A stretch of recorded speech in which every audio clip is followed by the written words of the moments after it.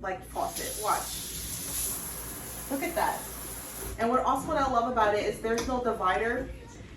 For this button here, it gives you just two options: the regular faucet, and then if you want to do like the shower rinse, you press that button. But it does. I'll do a close up. It won't work if it's off. So it's only active when it's running, and then when you turn it off, it's no longer active.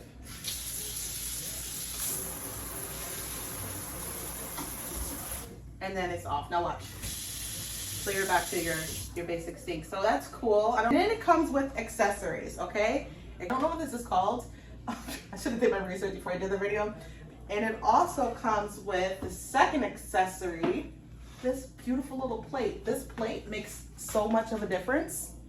This is what it looks like on the other side. And then you just put it on top and it drains. What else? Oh, and this comes with it. This is obviously the food catcher. Okay, so it comes with these things. And you put this down. Okay, so this sink, you have an option. You can either do the sink under, like an under mount, so you only see the inside of the sink. And here's the screws for that. So you undermount it. I don't know how that's all. Or you can do it on top of the countertops. And ours we did on top. So this is what it looks like on top. And actually, I really enjoy it like this, and I like to sit my stuff here. And I hope that this helped you decide whether you wanted to buy